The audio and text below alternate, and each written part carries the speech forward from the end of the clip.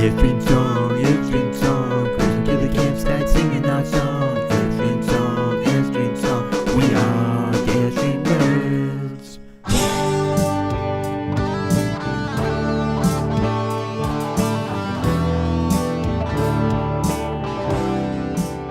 Today, I'm going to talk about my new toy, the Flojet portable waste pump. It's model 18555-000. It comes with the box that I'm probably not going to end up using. Directions, an extra O-ring. Now the O-ring is right inside the lip there. There's already one installed. So now I bought the first one. This is the second one. I bought the first one from Amazon, and there was something wrong with it. It blew fuses. So because it blew fuses, I figured out a lot about this device. So it comes in a couple pieces. It comes with a half of what I have here wire, which wasn't long enough to connect from my front batteries to where it connects into the camper on my 25-footer. It comes with that. It comes with the switch, and everything needs to be plugged together and crimped. So what I've done is I've bought some wireline, some braided wrap, and as usual I'll put the links to all this stuff below. Now you can do this two ways. You can buy the kind like this that is separate and curled up and you just tuck the wires in, or you can buy the same 3/8" loom that's solid. It's just a little more work trying to get it together and make it all nice and neat. So I bought this. I bought some crimps. It comes with a couple of butt splice connectors, but they're just your normal ones. So I went and I bought some that actually heat shrink, and they're made for outdoors. Not that I plan on keeping it outdoors, but just for splashing and sitting it down and stuff. So what these are is basically the same thing. You crimp them, but this outside edge is a heat shrink with glue. So once you've done used your glue gun or your heat gun on it, it actually is a bonded, not only is it a metal crimp, but it's glued and shrunk to the outside edge of the wire. So I bought that kit. Now I had a crimper, but it didn't have a crimper for insulated connectors. So I bought this crimper. I didn't realize it, but I already had a similar crimper. It's just your normal ideal crimp master type crimp chassis with replaceable bits in there. So I have found online where I can get replaceable bits. So I'm going to have this one in my workshop, and I'll put the other one in the camper with probably a bunch of these crimps just in case. Bought that. I bought some red heat shrink, and I already had black heat shrink. So I would imagine that you'd want to buy a black and a red kit, and I'll put links to those as well. I also purchased some battery clamps because it doesn't come with anything. So they're just a couple of battery clamps. Actually had them, bought them at Ace Hardware a long time ago. I already had them. Now here's where I used the red and the black heat shrink. So what came with these was just slide on things, and they, if you've ever had anything like this, they slide off and fall off all the time. So the heat shrink has a bit of adhesive property to it as well. So when you heat it up and it goes around the wires, it actually sticks to what you're shrinking it to too. So what I did is I spliced the wires here. So there's a couple wires that come off the motor to go to here. So I spliced them to these wires right here, which is to the switch. Spliced one red to here, and then the other red to the black going to here. The directions show you all this. And then the main wire connects to here with just a, I've already put heat shrink over it, but it's just a regular connector. You slide them together.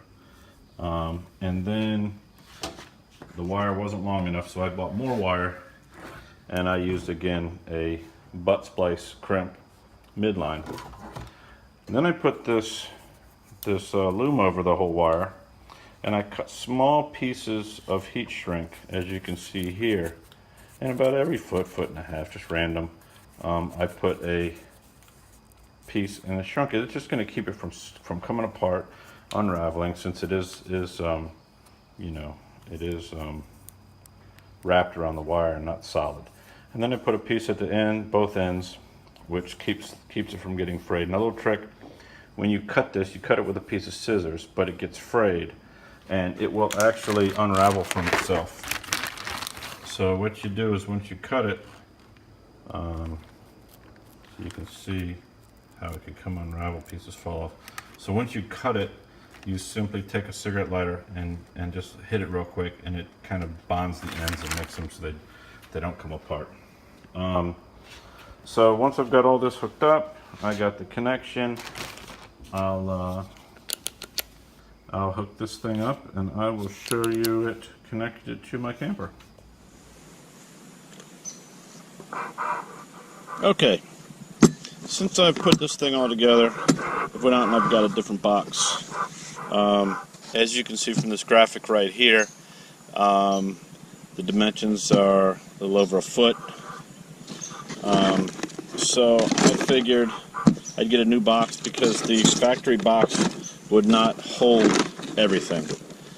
So I'm able, this is just a little husky toolbox that I purchased. I'm able to put all the parts in. I have a Ziploc here with a couple extra gaskets, the directions, etc. I just thought it would be a nice change instead of that black box that it comes in. So here's my device.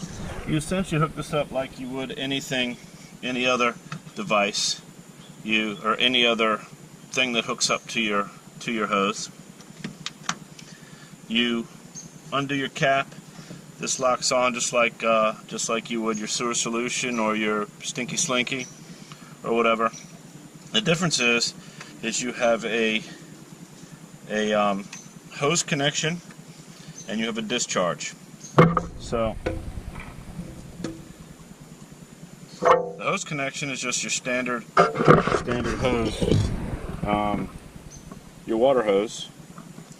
I'm just going to use my standard garden hose that I run from the side of my house. I don't drink out of it, so it's got a backflow preventer already on it. If you don't, I would suggest buying one and keeping it between your hose to just make sure that nothing that's coming out of here accidentally comes out of here and ends up contaminating your water.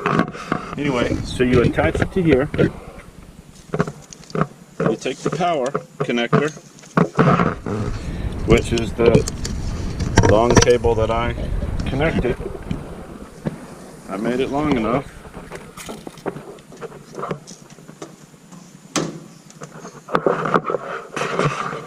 And when I had the solar work done, I had these terminals put on the outside of my old battery box, which is now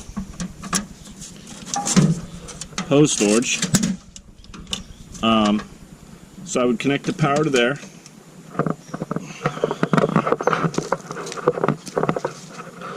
And then you have the trigger. You come back here whenever all the hoses and stuff are hooked up, and you turn it on and off. Now, it does recommend for longer distances that you use 3/4 inch hose. So I got a section, a nice chunk of 3/4 hose that I'm going to use from a discharge pipe. And let me show you what I did to get to be able to dump it. So